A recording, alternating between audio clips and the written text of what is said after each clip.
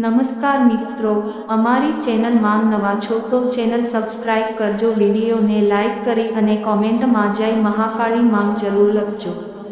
તો ચાલો આજનો વિડીયો ચાલુ કરીએ। પાવાગઢ ભારત દેશના પશ્ચિમ ભાગમાં આવેલા ગુજરાત રાજ્યના પંચમહાલ જિલ્લામાં આવેલા હાલોલ નજીક આવેલો એક ડુંગર છે। આ ડુંગરની તળેટીમાં ગુજરાતની એક સમયની રાજધાની રહેલું ઐતિહાસિક ચાંપાનેર ગામ વસેલું છે, તેમજ આ ડુંગરની ટોચ પર આવેલા મહાકાળી માતાના મંદિરને કારણે આ સ્થળ ગુજરાતના પવિત્ર યાત્રાધામ પૈકીનું એક તીર્થસ્થળ ગણાય છે। ચૈત્રી તેમજ આસોની નવરાત્રિના 9 દિવસોમાં અહીં સૌથી વધુ લોકો દર્શનાર્થે આવે છે। હજારો વર્ષો પહેલા આ સ્થળે મહાધરતીકંપ આવેલો, એમાંથી ફાટેલા જ્વાળામુખી માંગથી આ પાવાગઢના કાળા પથ્થરો વાળો ડુંગર અસ્તિત્વમાં આવ્યો। એક લોકવાયકા એવી પણ છે કે આ પર્વત જેટલો બહાર દેખાય છે તેના કરતાં ધરતીની અંદર તરફ વધારે છે, એટલે કે તેનો 5 એટલો ભાગ દ્રષ્ટિગોચર થાય છે, તેથી જ તે પાવાગઢ તરીકે ઓળખાય છે। પાવાગઢ મંદિર સાથે જોડાયેલી દંતકથાઓ। એક દંતકથા મુજબ પાવાગઢ ઉપર ચંપા ભીલનું રાજ્ય હતું। વર્ષો પહેલા પાવાગઢ ચાંપાનેર પંથકમાં પતય કુળના રાજા રાજ્ય કરતા હતા। તેઓ કાળકા માતાના પરમ ઉપાસક હતા અને તેમની ભક્તિથી પ્રસન્ન કાળકા માતા દર નવરાત્રિના 9 દિવસ અહીં ગરબા રમવા આવતા હતા। પતય કુળના છેલ્લા શાસક રાજા જયસિંહ કે જેઓએ એકવાર નવરાત્રિમાં મદિરાપાન કર્યું અને રૂપ બદલી ગરબે રમતા માતાજીને જોઈ તેમના રૂપથી મોહિત થઈ ગયા। તેમને માતાજીનો પાલવ પકડી રાણી બનવા કહ્યું।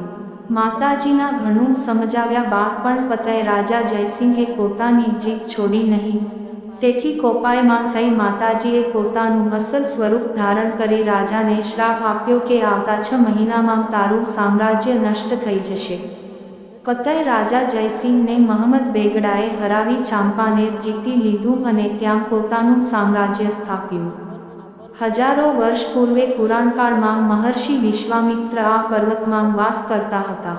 આ પવિત્ર તપોભૂમિ પર ઉગ્ર તપસ્યા અને આરાધના કરીને મહર્ષિનું શ્રેષ્ઠ પદ સિદ્ધ કર્યું હતું। એવું પણ કહેવાય છે કે શ્રી કાલિકા માતાજીએ આપેલ નરવણ મંત્રનું અનુષ્ઠાન કરીને વિશ્વામિત્રજી આ મહર્ષિનું પદ પામ્યા હોવાથી તેને ચિરંજીવી રાખવા આ રમણીય પર્વતના સૌથી ટોચના શિખર ઉપર તેમણે સ્વયં જગતજનની માં ભવાની કાલિકા માતાજીની સ્થાપના કરી હતી। પાવાગઢ પર્વતની છેલ્લી ટૂંક પર એટલે કે દરિયાઈ સપાટીથી 2730 ફૂટની ઊંચાઈ આવેલ સૌથી ઊંચા અને સાંકડા શિખરની ટોચે શ્રી કાલિકા માતાનું મંદિર પ્રસ્થાપિત કરવામાં આવેલ છે। આ ઉપરાંત એક અન્ય દંતકથા પણ પાવાગઢ સાથે જોડાયેલી છે। દક્ષ રાજાની પુત્રી સત્ય પોતાના પિતા દ્વારા યોજાયેલ યજ્ઞમાં પોતાના પતિ શંકર ભગવાનનું અપમાન થતું હોવાનું અનુભવતા સત્ય પોતાની જાતને યજ્ઞકુંડમાં ઉમેરી દીધી હતી।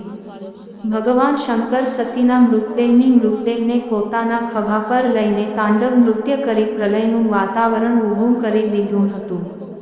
દેવોની વિનંતીથી વિષ્ણુ ભગવાને સુદર્શન ચક્ર દ્વારા સત્યના અંગોનો વિચ્છેદ કર્યો હતો। આ વિચ્છેદ પામેલ અંગના ટુકડાઓ અને ઘરેણાંનો જુદી જુદી 51 જગ્યાએ પડ્યા હતા, જ્યાં અલગ અલગ 51 શક્તિપીઠ રૂપે પ્રસ્થાપિત થયેલ છે। તે પૈકીના સતીના જમણા પગની આંગળીઓ પાવાગઢ પર્વત ઉપર પડી હતી, તેથી અહીં તે પવિત્ર શક્તિપીઠ ધામ તરીકે પૂજાય છે। અહીં સ્થિત મંદિરમાં મુખ્યત્વે માતાજીના પવિત્ર અંશ રૂપે ગોખ પ્રસ્થાપિત કરાયેલ છે અને કાળી યંત્રની પૂજા અર્ચના થાય છે। 500 વર્ષ બાદ મંદિરનો જીર્ણોદ્ધાર। પાવાગઢમાં 121 કરોડ રૂપિયાના ખર્ચે સમગ્ર મંદિર પરિસરનો જીર્ણોદ્ધાર કરવામાં આવ્યો છે, તથા મંદિરમાં શિખરનું પણ નિર્માણ કરવામાં આવ્યું છે। શિખર ન હોવાના કારણે મંદિરની ઉપર ધજા પણ ચડાવી શકાતી ન હતી। મંદિરના ટ્રસ્ટીઓ દ્વારા આપવામાં આવેલ માહિતી અનુસાર સદીઓ બાદ પાવાગઢના મંદિરમાં ફરીથી ધજા લહેરાશે અને આ ઐતિહાસિક ક્ષણના સાક્ષી પીએમ નરેન્દ્ર મોદી સાહેબ બન્યા હતા। 18 જૂન આ દિવસ પાવાગઢના ઇતિહાસમાં એક સુવર્ણ અધ્યાય જોડાયેલા છે। સદીઓ બાદ માતાજીના મંદિરની ઉપર ધજા લહેરાવવામાં આવી। પ્રધાનમંત્રી નરેન્દ્ર મોદીના હસ્તે ધ્વજારોહણ આ દિવસે કરવામાં આવ્યું હતું। સોનાનો કળશ અને ધજાદંડ. નવનિર્મિત મહાકાળી મંદિરમાં ગર્ભગૃહ, કળશ અને ધજાદંડ સંપૂર્ણપણે સોનામાંથી બનાવવામાં આવેલ છે. મંદિરની ઉપર 7.5 કરોડ રૂપિયાના ખર્ચે કળશ અને ધજાદંડની સ્થાપના કરવામાં આવી છે, જેની ઉપર પીએમ નરેન્દ્ર મોદી સાહેબના હસ્તે ધજા ચડાવવામાં આવી હતી. જ્યારે 15મી સદીમાં સુલતાન મોહમ્મદ બેગડા દ્વારા પાવાગઢ પર વિજય મેળવ્યો ત્યારે મંદિરમાં તોડફોડના કારણે શિખરને ખૂબ જ નુકસાન થયું હતું. આ ઉપરાંત શિખરની ઉપર એક દરગાહ પણ બનાવી દીધી હતી, જેના કારણે ત્યાં ધ્વજા ફરકાવી શકાય તેવી જગ્યા નહોતી અને જે અયોગ્ય સ્થાન બની જતું હતું. તેમજ લોકવાયકા મુજબ દરગાહ પણ તે જ સમયે અસ્તિત્વમાં આવી હશે. જ્યારે મુસ્લિમ આક્રાંતાઓએ અહીં હુમલો કરીને પાવાગઢને જીતી લીધું હતું, તેને સદનશાહ પીરની દરગાહ કહેવાય છે. આ દરગાહ વિશે અનેક જુદી જુદી કહાની ઘડી કાઢવામાં આવી છે, જો કે તેના વિશે કોઈ નક્કર માહિતી નથી. મંદિર પર કેમ ન હતી ધજા? નોંધનીય છે કે પાવાગઢમાં માતાજીના મંદિરનું શિખર સદીઓથી ખંડિત હાલતમાં હતું અને હિન્દુ માન્યતાઓ અનુસાર ખંડિત શિખરની ઉપર ધજા ચડાવી શકાય નહીં. જો કે હવે નવા મંદિરમાં ખૂબ જ ભવ્ય શિખર તૈયાર કરવામાં આવ્યું છે. દરગાહ વિવાદનો સુખદ અંત. પાવાગઢમાં માતાજીના મંદિરની ઉપર જ એક દરગાહ આવેલ હતી, જેના કારણે સદીઓથી ત્યાં શિખર બની શક્યું નહોતું. આ વિવાદ કોર્ટમાં પણ ગયો હતો, જો કે હવે વિવાદનો સુખદ અંત આવ્યો છે.